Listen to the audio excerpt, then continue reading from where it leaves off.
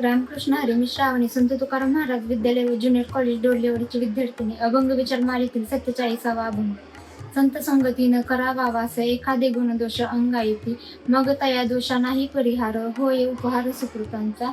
तुका म्हणे नमस करावे दुरून अंतरी धरून पाहे रूप. संत तुकाराम महाराज या अभंगातून सांगतात की कोणत्याही संगतीत राहिल्यावर त्याचे परिणाम आपल्यावर होतात. जर चुकीच्या किंवा अपूर्ण अचल नसलेल्या संगतीत आपण राहिलो तर त्याचे दोष आपल्या अंगी येऊ शकतात आणि आपल्या चांगल्या गुणांवरही त्याचा परिणाम होतो. त्यामुळे अशा संगतींपासून दूर राहणे आवश्यक आहे. पण पुढे ते सांगतात की योग्य अंतर ठेवून आदर करावा, पण अंधनुकीकरण करू नये. मनात चांगल्या विचारांचा आदर ठेवून योग्य तेवढेच अनुसरण करावे.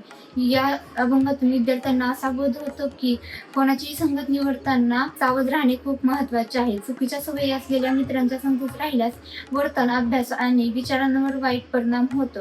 म्हणून चांगल्या मित्रांची निवड करून योग्य तेवढा संपर्क ठेवून आपल्या चांगल्या सवयी आणि ध्येय यावर लक्ष केंद्रित ठेवणे महत्त्वाचे आहे.